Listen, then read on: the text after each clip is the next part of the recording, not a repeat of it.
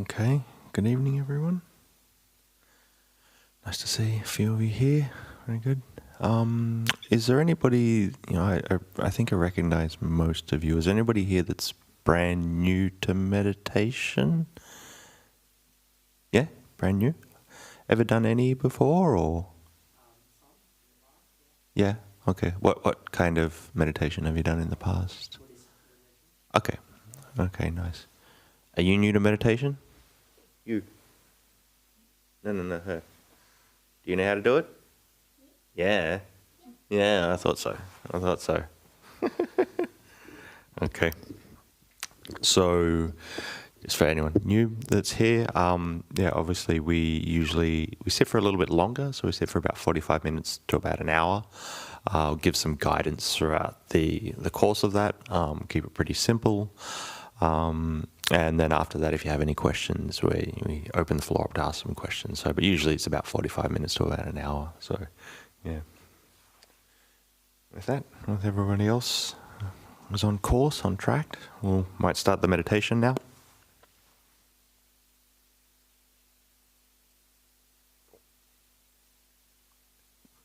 So just find a comfortable seat to relax and settle in to a comfortable position.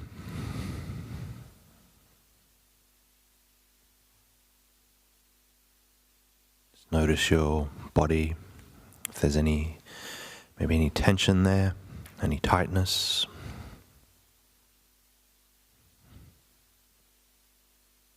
Anything that feels a little bit strained. You can make some slight adjustments in your body.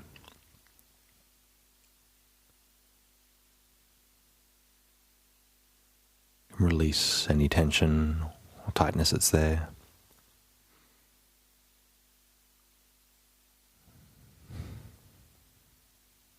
And we can release any of this tension by taking a few deep breaths and exhaling fully.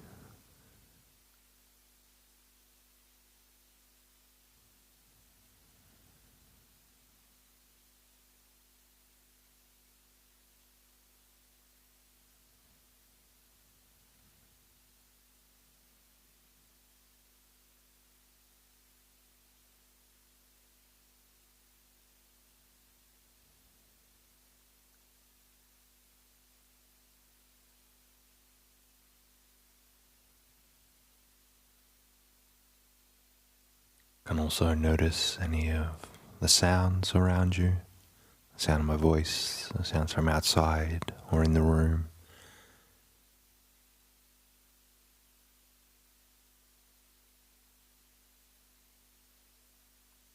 The objective here is just to bring your mind and your mindfulness into the present.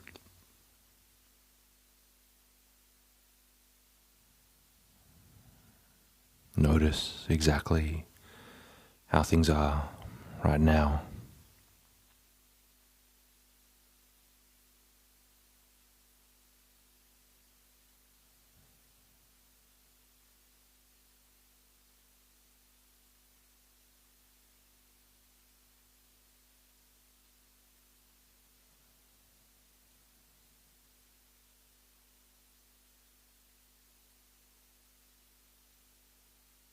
And also take a moment just to check in with how you're feeling right now. Might be neutral. You might be feeling slightly restless after the trip in.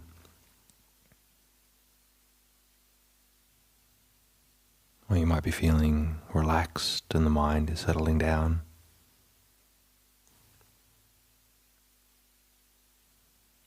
Whatever it is, just notice the way that you feel.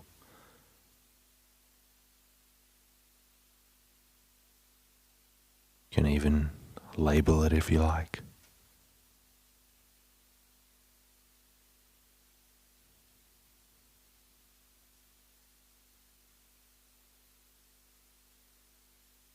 And over the course of the meditation, we can gradually observe how this feeling, is going to change over the next few minutes.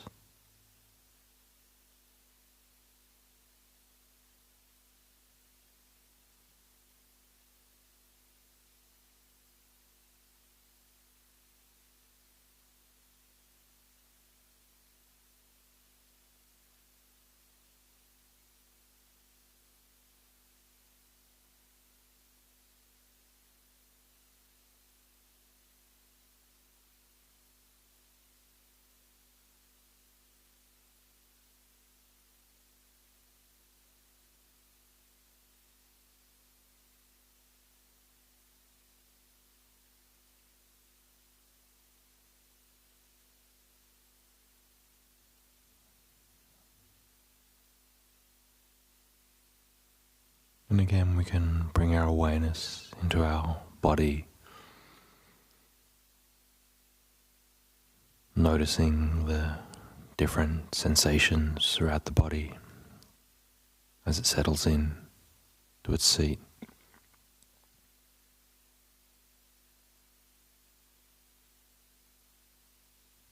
We can run our awareness around our shoulders, down our back, and just notice the different sensations that are there. And again, if there's any tightness, just adjust your posture and release that.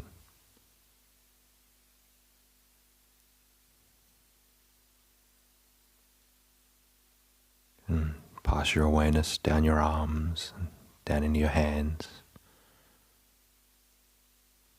Noticing the sensations, any tingling, any vibration, the temperature.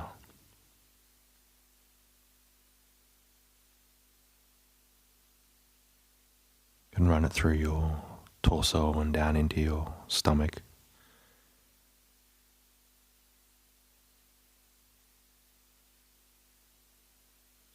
Noticing as well the soft, rhythmic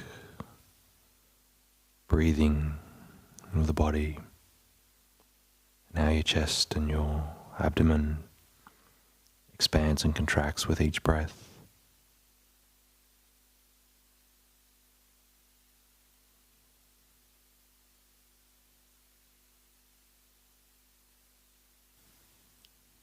And then down through your legs and your feet, and the feeling of the weight of the body pressed against the seat.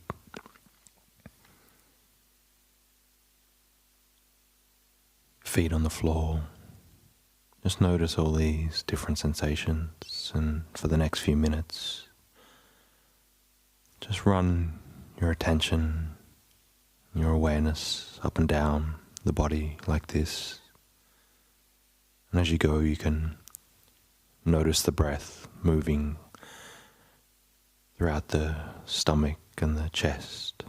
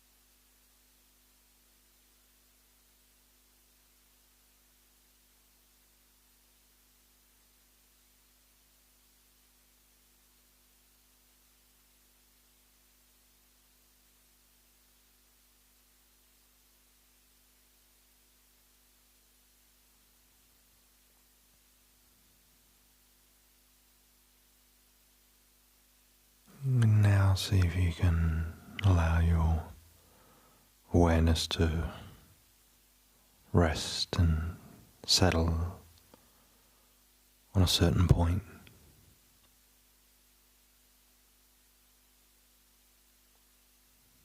Maybe it's the breath, the feeling as the air comes in and goes out of the nose.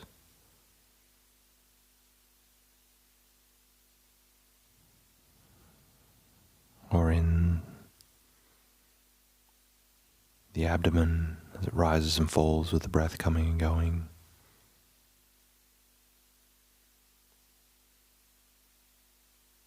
Or the chest. Or even you can place your awareness in the palms of your hands and noticing all the different sensations there.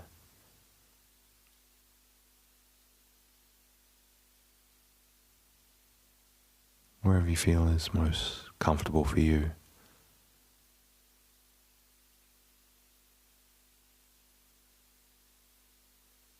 Just allow your awareness to rest and to stop in one place.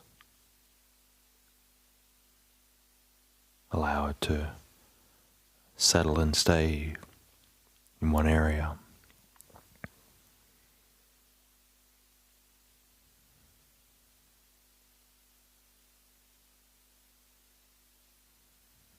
And whenever your attention drifts off, you become distracted, just simply return to this spot again and again.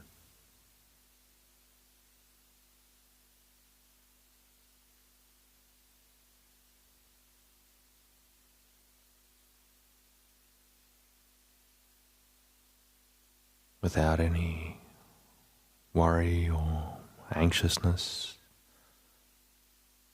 that the mind keeps becoming distracted. Just simply return it again and again back to this spot.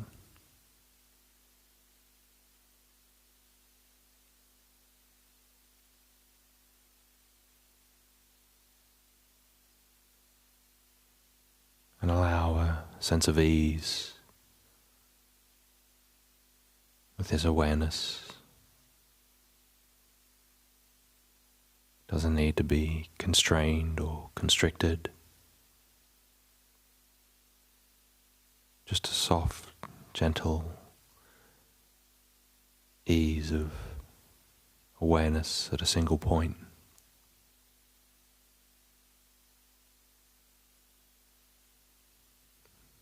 Just sit with this for a little while and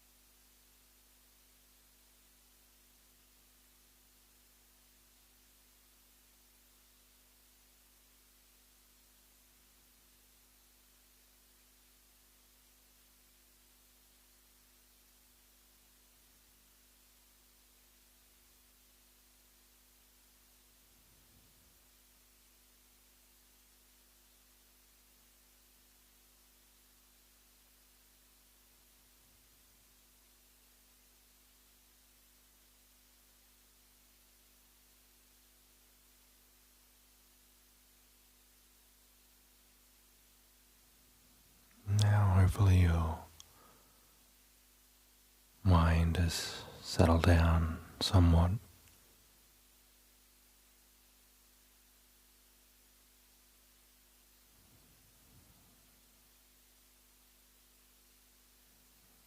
See if you can change the direction of your awareness and your attention to just listening.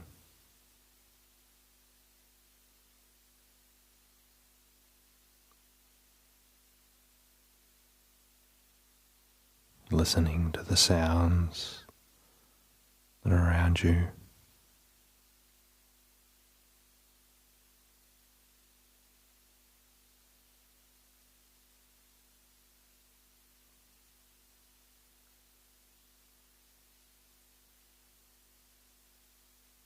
Simply put your awareness on the act of listening.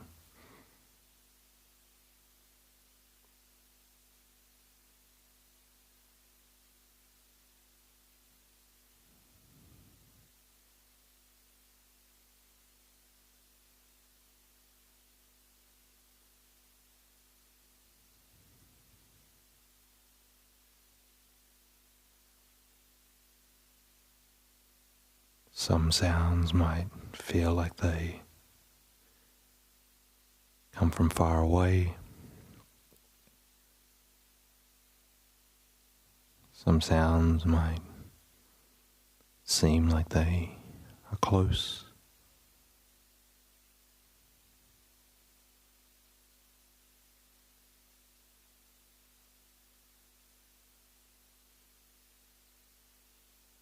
But although they seem like they have a distance,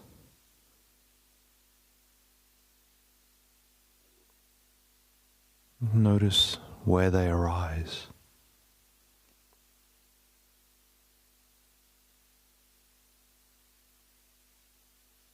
They don't arise at some point far away.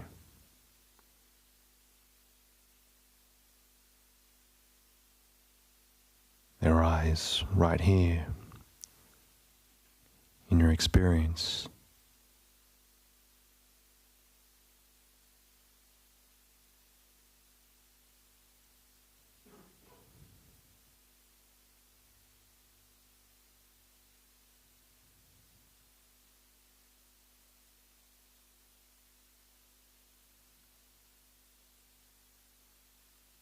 Just deeply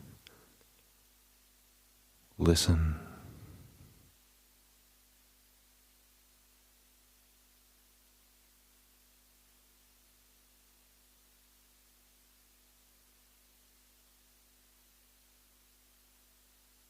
Notice that you don't choose the sounds that you hear.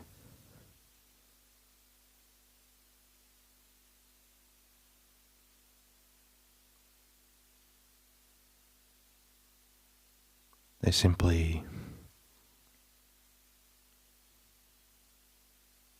encroach upon you unannounced. You don't choose what you hear. You simply just hear it.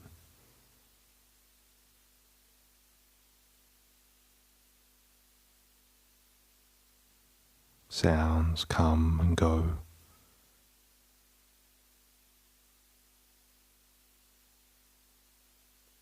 See if you can spend the next few minutes just deeply listening. Trying not to label sounds, like that's the sound of a car, or that's the sound of a voice, or somebody moving.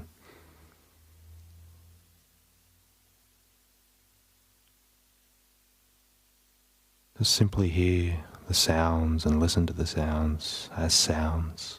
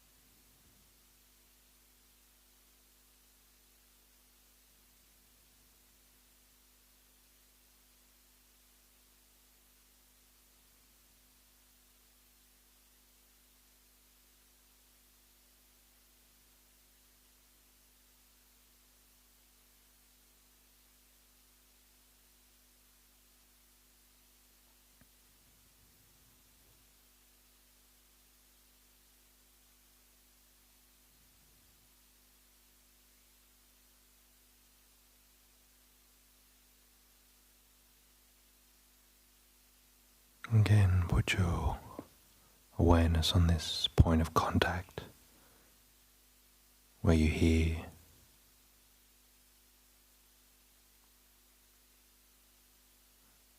Again, just simply, deeply listen.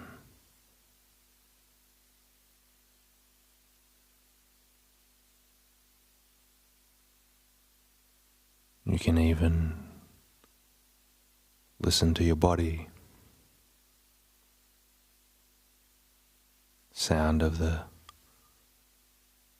blood pumping through on your pulse.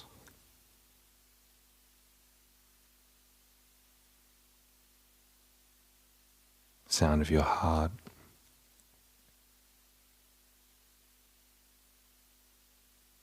Sound of the breath coming and going. Any swallowing noises.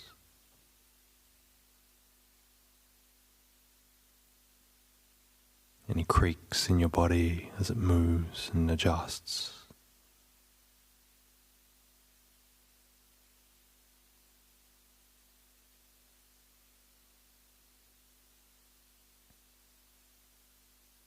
Sounds in your internal organs, in your stomach that it might make.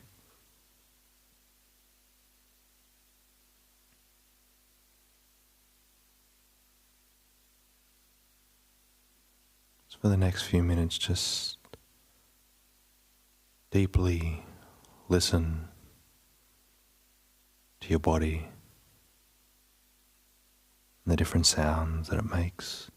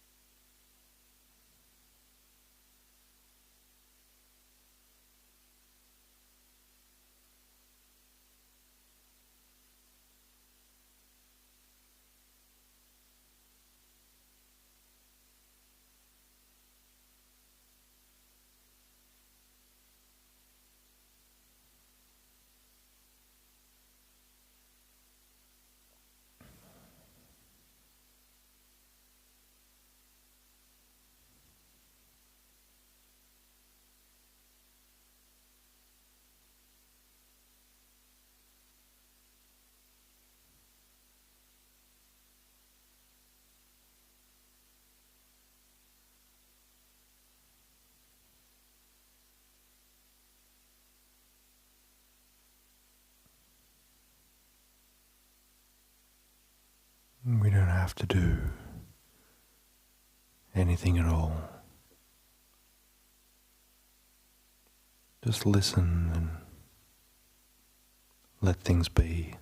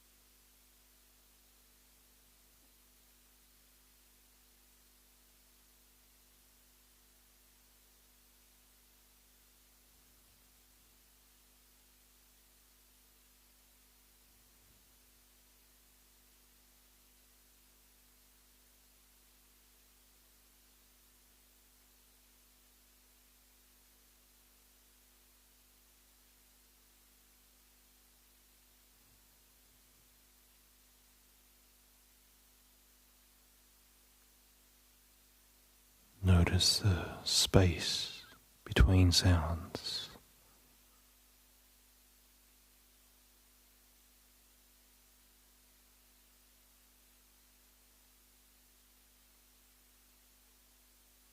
Even something that might sound continuous. There's spaces between it.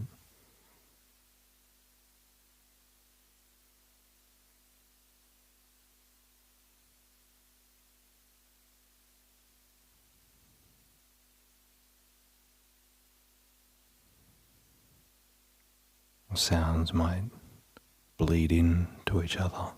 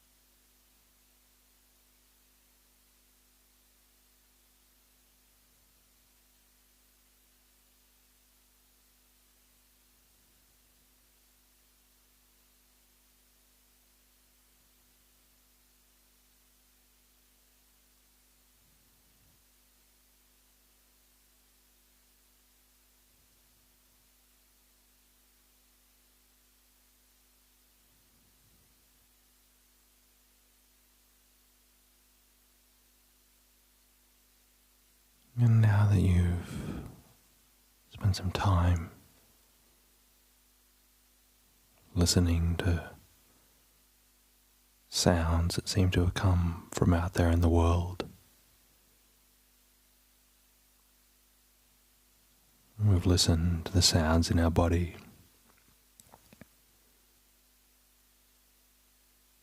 See if you can also start to include any mental chatter that you might have.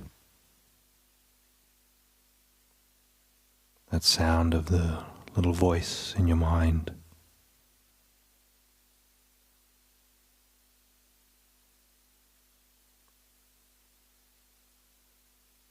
That voice that is the little narrative of your existence.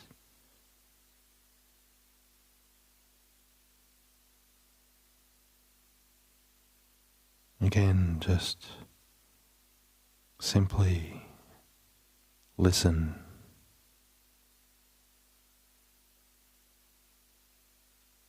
No need to do anything else, but listen.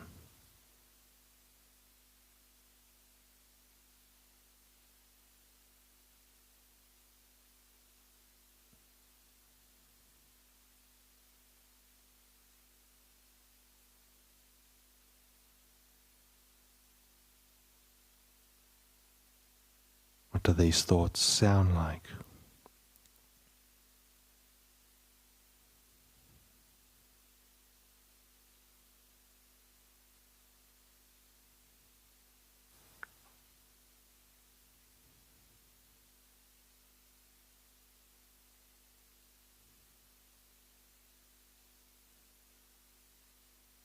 Are they continuous?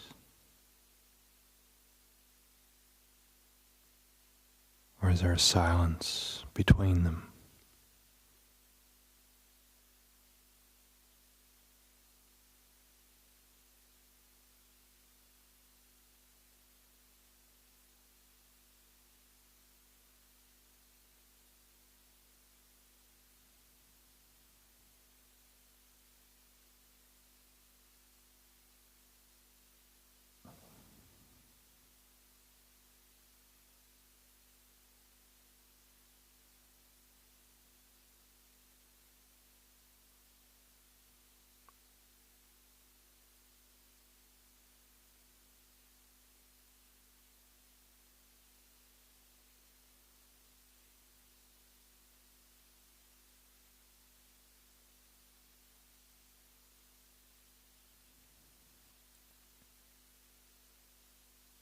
Can you find the silence between the thoughts?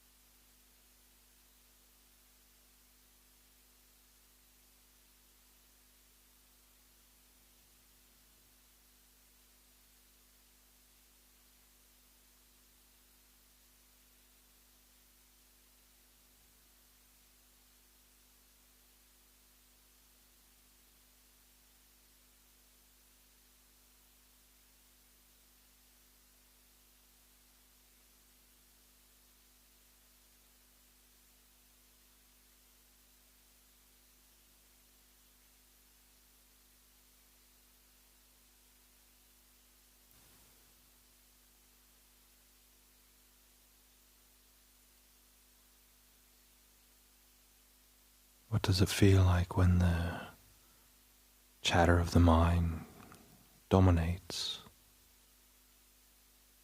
as compared to the spaces between those thoughts?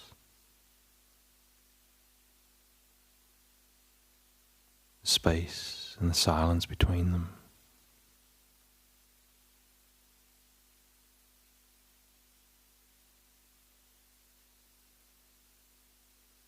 Again, just simply,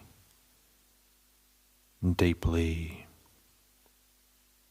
and attentively listen.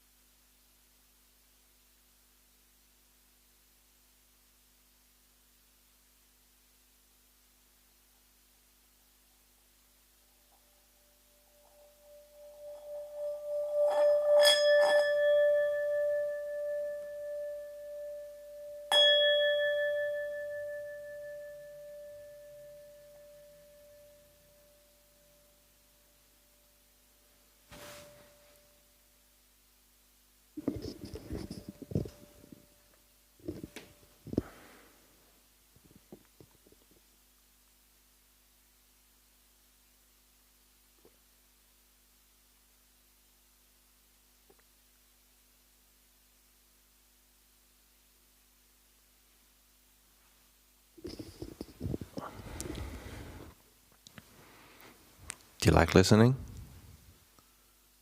Huh? Do you like listening? Do you like listening? Yeah? Good. Do you have a question? No. How come? Okay. You sure? You can ask anything. Okay. You did well? You sat for a long time? Have you ever sat for that long?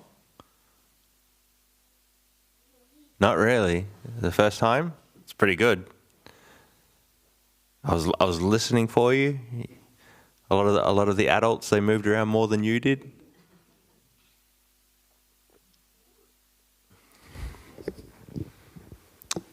So, does anyone have any questions at the moment?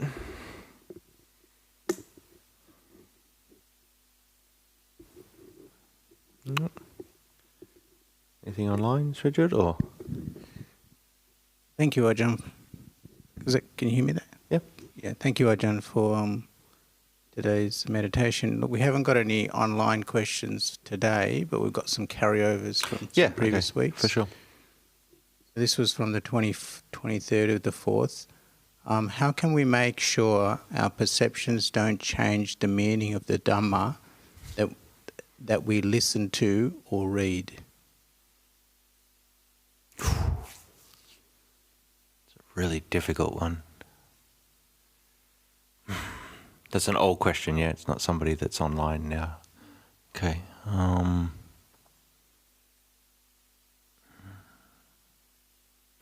It's really hard because perception shapes how we view the world and view our existence. So if in any way our perception is sort of distorted in some way, it can distort everything.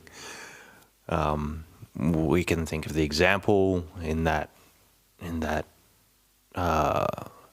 you hear somebody say something and you perceive it in the wrong kind of way, you perceive a different tone and it has a whole different meaning. So it's really difficult to know when your perceptions are deceiving you in some kind of way because that is essentially how you experience the world. So, but I guess the question is, how do we know that we're perceiving the Dhamma in the right way? And that can be a bit more of a tricky one because we are also operating out of what we call fundamental ignorance or avidya as well. So avidya is something where we have some kind of misunderstanding about the true nature of reality. So in some sense we're getting a distorted version of everything if we still have avidya within the mind.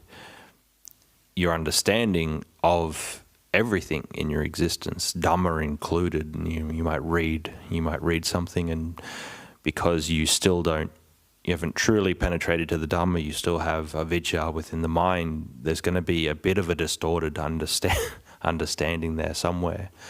So I think, you really just sort of do the best you can. You try to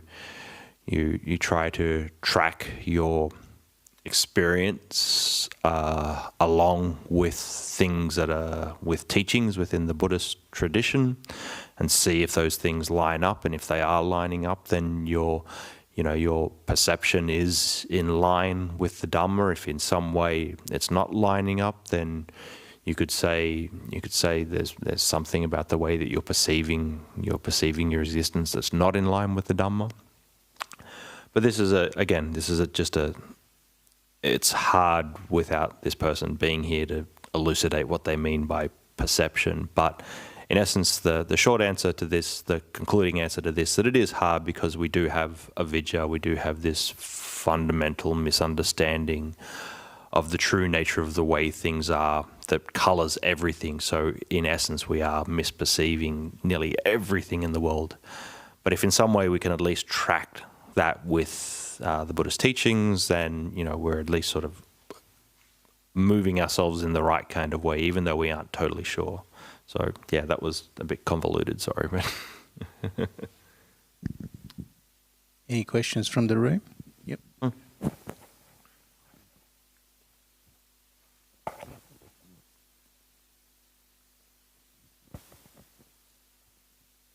Thank you for conducting these sessions. They're really good. That's fine. My question is, when I try to meditate at home, when I try to do breath meditation, all of a sudden different other things comes to my mind, and then the mind slips away. And then I notice that, I don't know, after a couple of minutes, maybe a bit more than that. I guess my question here is, what's the best way to deal with it? I think, the first, main thing to remember is that's totally normal. That happens to absolutely everybody. Doesn't matter if you're brand new to meditation, if you've been meditating a long time, it happens to absolutely everybody. The nature of the task that you're trying to do is, notice when your mind does get distracted and wander off. This is essentially what you're doing. You're noticing when it's slipped away, and then whenever it has slipped away, then you realize, okay, it's wandered off again. That's fine. Just bring it back to the breath. That's your job. That's just what you do over and over and over again. I've been doing this for like a couple of decades now, and I'm still doing the same thing. Put my mind on something like the breath. It wanders off. I recognize that it's wandered off, and I bring it back. It's like we were doing tonight with the listening. You listen to things, but then all of a sudden you start to run away in thoughts, and there's, I'm meant to be listening. This is just the nature of the way that we operate. So the first big thing about it is don't be concerned about it too much. It is very, very normal. It's very natural. But it's like anything. The more you practice, the better you get at this. So you'll have periods, maybe at the start you said you're just beginning to meditate. At the start you might be able to put your attention on the breath for a few moments, and then it wanders off. And that's fine. Okay, you might be lost in thought for a couple of minutes, kind of thing, and then all of a sudden you bring it. I'm meant to be watching the breath, and then you bring it back. Put it on the breath for a few more moments, and then it wanders off again. Essentially, you just keep doing this over and over and over again of recognizing when the mind's wandered off and bringing it back. Those periods where you can keep your mind on the breath will get longer and longer and longer because you just get better at it. So I think, and the last thing to close this loop out is that usually we think in meditation that, keeping our mind on the breath is the thing that we're doing, and when we're doing this is what we're doing it right. We're getting it in some kind of way. But I think an important thing to remember is that when you actually realize that your mind has wandered off, usually at that point where we catch it when it's wandered off somewhere, we usually go, I feel bad, like, it's wandered off again, I've been distracted again. Actually, this point where you've realized that it's wandered off and you've become distracted, this is actually where you're succeeding. This is the thing that you're actually meant to be doing. You're meant to be recognizing when the mind's wandered off. So instead of, feeling bad that the mind's wandered off again, when you do catch it, you should see this as like a success. It's like, I caught it again. Awesome. I caught it again. Took me a couple of minutes, but I caught it again. It's fine. So, don't feel bad that it wanders off, because look, everybody in the room is doing the same thing.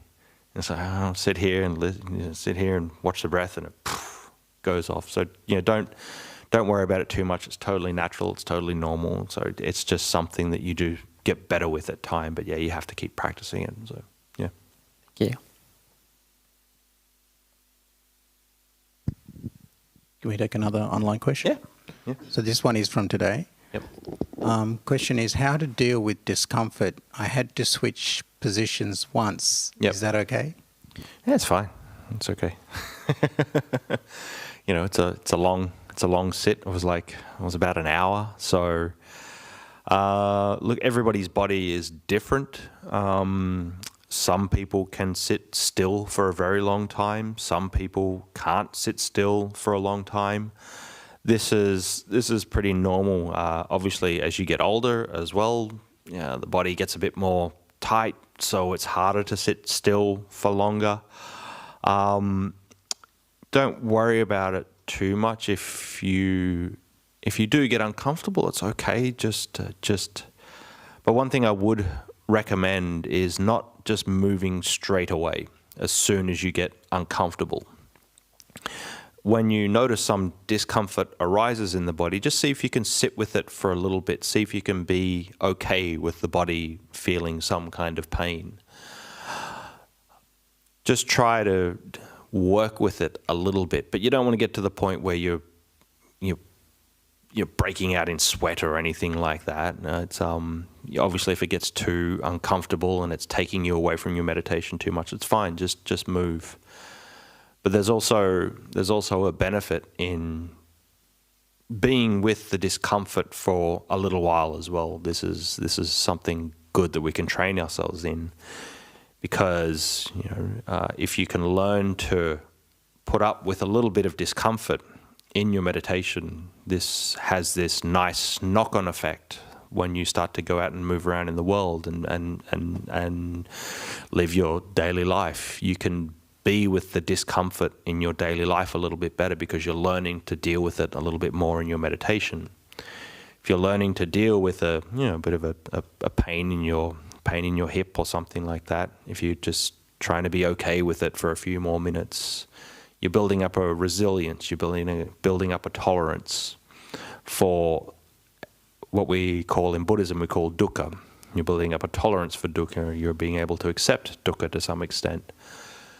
So there is a utility in working with these painful feelings, but again, you don't want to be taking it too far and everything's getting very, very painful and I can't move. It's okay to move, it's fine, but just, as I said, you don't want to get into the habit as well of as soon as you have some discomfort in the body that you move. Work with it a little bit, and then when you need to move, you need to move. It's not a big deal. I move, we all move, everybody moves. You're going to have to move at some stage. At whatever stage that is, it's fine.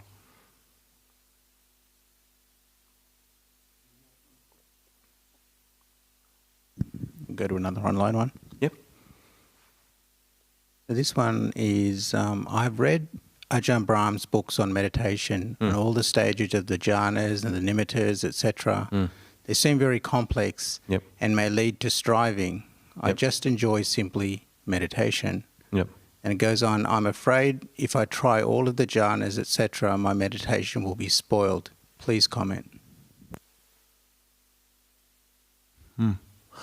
If you enjoy just doing what you do, just meditating, that's fine. There's no need to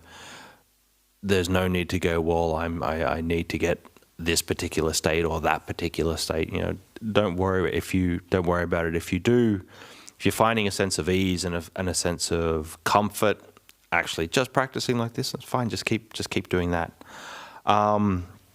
It's a bit of an oxymoron though to say if I got the jhanas, I wouldn't enjoy it, because the jhanas are these very deep and profound states that bring up a lot of joy and bliss and all these kinds of things. So you'd sort of have to be sadomasochistic to not enjoy them in some kind of way.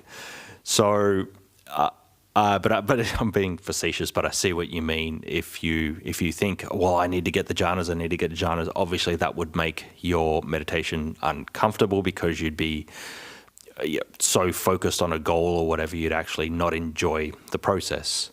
So I think if you can develop this sense of relaxation and rest and calm and some kind of stillness and enjoyment from meditation in whatever way that you're doing, if you keep doing this and you keep bringing up these wholesome mind states through meditation, you might find that you eventually start to be able to attain the jhanas just because you're happy, you're at ease, the mind might sort of slip into this stream of stillness and the jhanas.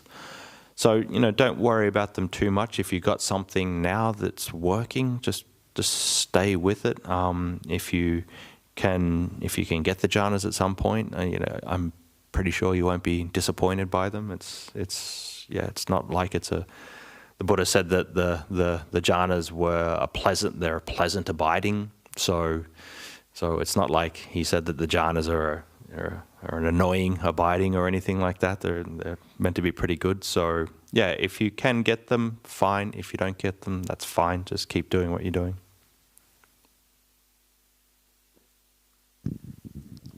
Thank you, Ajahn. Yep.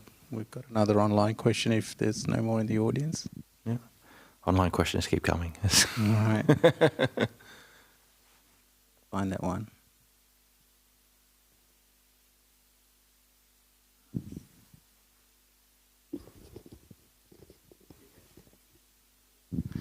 Is calming the pain with kindness as it arises a form of fueling the craving of things to be different?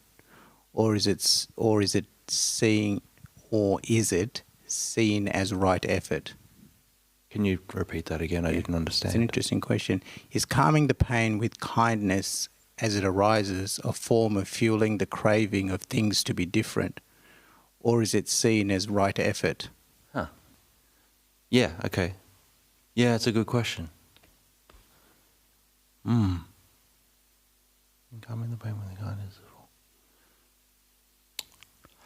Yeah, that's an interesting question. And I hope I can do it some kind of justice and not tie myself in a knot here. So I think I could probably have the capacity to maybe overthink this to some extent.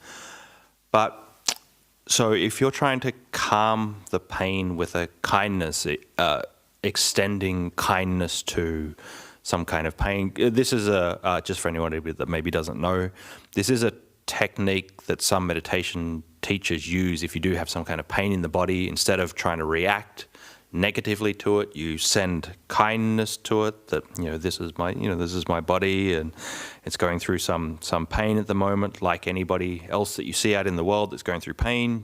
You extend kindness to them. You can do the same thing with your own body, extending kindness to the pain that's in your hip or in your leg. So this is actually a very, very useful way to quell maybe the pain that's in the body in some kind of way. But yeah, the question is doing that some kind of craving for it to be a different kind of way? And maybe at some deeper level, yeah, it is.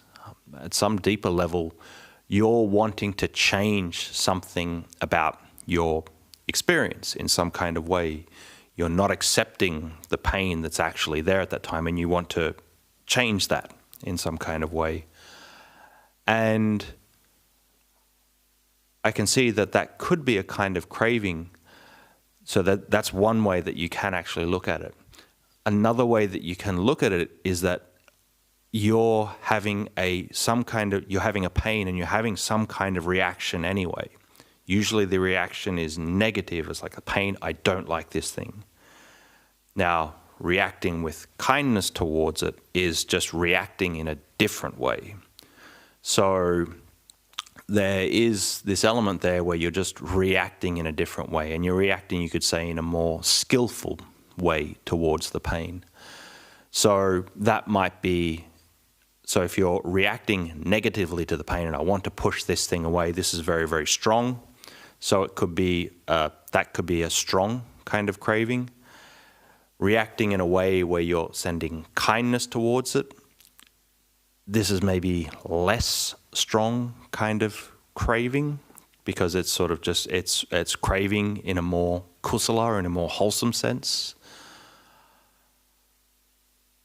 So yeah, it could be, but the question is it a right effort? Well, if it is a right effort is something that, if we think of what a right effort is something of, part of the 4 right efforts is that you abandon unwholesome qualities in the mind that are already there, and you stop unwholesome qualities in the mind from arising. So it is a kind of right effort as well, this sending kindness to this, because you're abandoning the wrong kind of mind, the more negative kind of mind state of trying to push this thing away. So, but in essence, yeah, you can't really get away from, it's hard to get away from that sending kindness to it is a kind of craving for it to be a different way. So it is a kind of craving.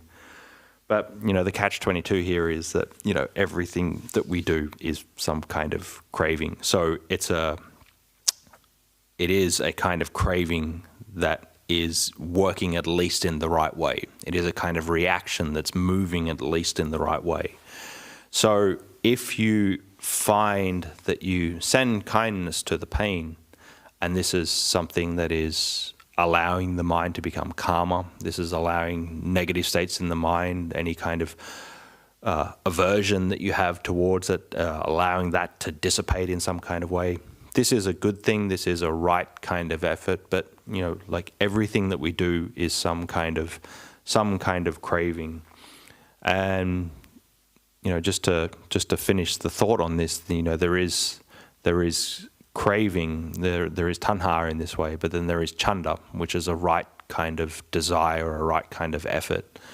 You could maybe argue that sending kindness towards a pain in the body is a kind of chanda, is a kind of right kind of desire. Again, it's still a desire in some kind of way, but it's a much more useful desire than actually reacting with aversion towards the thing. So yeah, it's not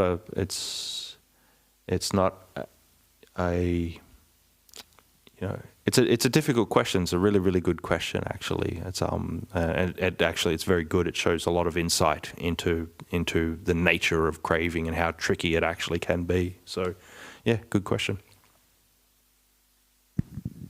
Thank you, Ajahn. There's another carryover from a previous week. Yep.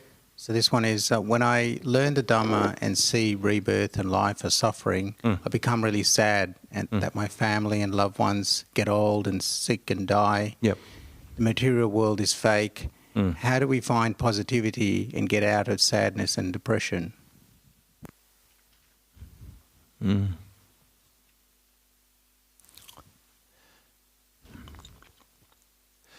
Yeah, it's these kinds of reflections that things are impermanent and that things are transient and that things will end to some extent. What the kind of good litmus test for these things are, if you're reflecting on them in the right kind of way, it does bring about this sense of what, from Buddhism, what we call nibbida, which is a sense of dispassion, and we were talking about this yesterday, but it's a dispassion that's a kind of cooling, not a dispassion in terms of an apathy towards thing or a hopelessness towards existence. So it should be bringing up this kind of cooling of the passions of wanting life to be a particular kind of way. If you're reflecting on karma and rebirth and, the innate transientness of existence and that everything passes away and all these kinds of things, and it is bringing up a kind of depression, then that kind of reflection probably isn't very useful for you. Maybe you need to focus on other aspects of the path. There's so many things in Buddhism and so many things in the path of contemplation that we can contemplate on, and obviously karma and rebirth and the cycle of samsara is one thing we can focus on, but there's so many other things we can focus on as well. And if your tendency is to focus on those things and the mind gets negative, then it's like, again, you're going in the wrong kind of way. It's the Buddha gave a simile that it's sort of like grasping a snake the wrong kind of way. You know, you're grasping it by the tail. You're trying to do the right thing. You're trying to do the right thing in reflecting on the Dhamma in this way, but it's having the wrong kind of consequences, and it's not leading to the right kind of mind states that you'd want. So essentially, there's so many other things in the Dhamma that you can focus on. I gave a talk yesterday about recollecting your morality, your ethics, focusing on these things that actually can uplift the mind. So there's keeping mindful of the good that you're actually doing in the world, being mindful and being aware of the generosity that you have for other beings, reflecting and recollecting on the Buddha, on the qualities of the Buddha, reflecting on the qualities of the Sangha. Maybe there's some teachers that you have an affinity with, and you have some joy listening to them.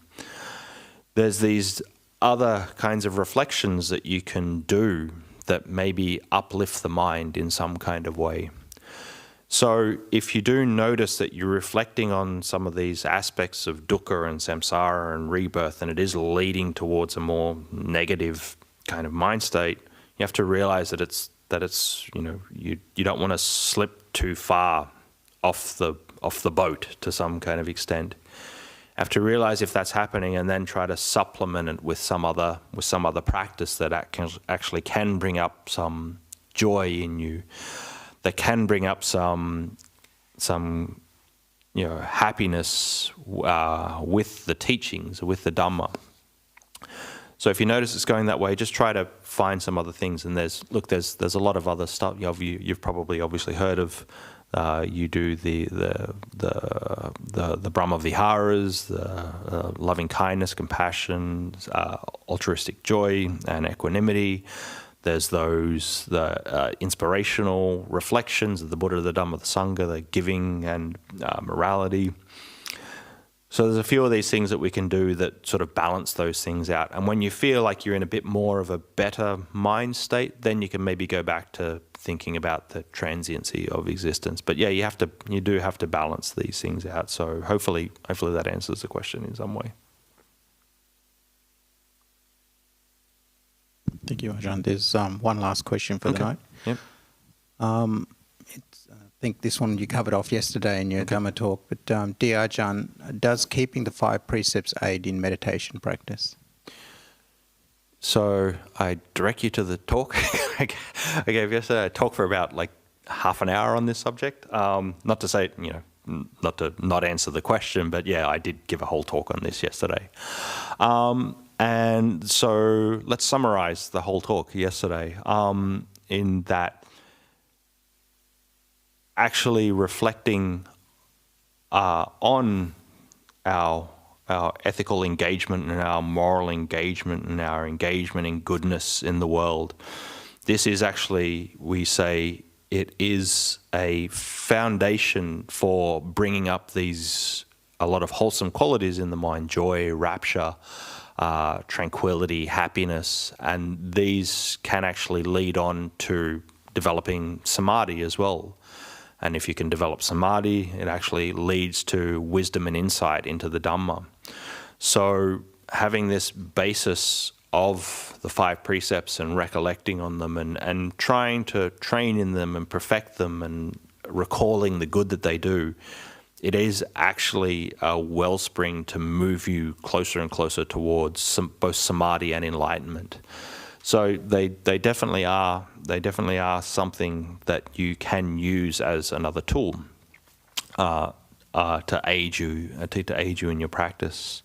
And also I went over that that keeping the 5 precepts, it's not just simply following rules. It's not just simply going, well, this is good and this is bad.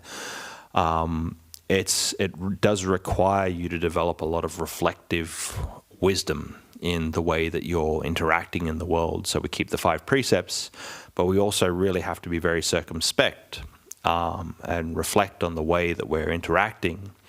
And if we can do this, we can actually see. And so, well, is maybe some of these actions that I'm taking, is this harming myself? Is this harming others? Is there some action I'm taking where I think I'm doing okay, but maybe I am, I could be harming others in some way? Or these thoughts and speech and actions that I'm having, are they benefiting me? Are they for my welfare? Or are they for others' welfare? Are they for others' well-beings? Or is there something I could be doing that could be contributing to somebody else's well-being? So the short of it is the precepts really can function as a very good basis for progression on the path, because they bring up a lot of these positive mind states that can lead towards more clearer and greater seeing of the Dhamma. And reflection on them in a way helps us to become a better person, because we're always reflecting on how we're ethically engaging in the world. So yeah, they're a very good thing to do. So yeah, I encourage you to listen to the talk if you're interested in that, because I covered it in quite a lot of detail yesterday. So yeah. Thank you, Ajahn, and No problem. thank you for the guided meditation today No and problem. the summary of yesterday's talk as well. Yeah. Just for the remaining program for the week, so tomorrow, as usual, Sandeep, our lay teacher, will be giving the guided meditation here at the Dhammaloka Centre. And then a special event on Thursday night. Venerable Nivato, who used to be a layperson at the BSV just like you and I, used to come here and practice. He's going to give a talk on Thursday around anxiety and how we use the Dhamma to the word conquer is coming up in my mind, but how to overcome anxiety that he faced in his own life. So that talk is on Thursday. And then next week, Ajahn Nisarana will be giving the Dhamma talk on the Sunday, and then again on the Monday. Okay? All right. So thank you, Ajahn. Okay, very good. Have a good night, everyone.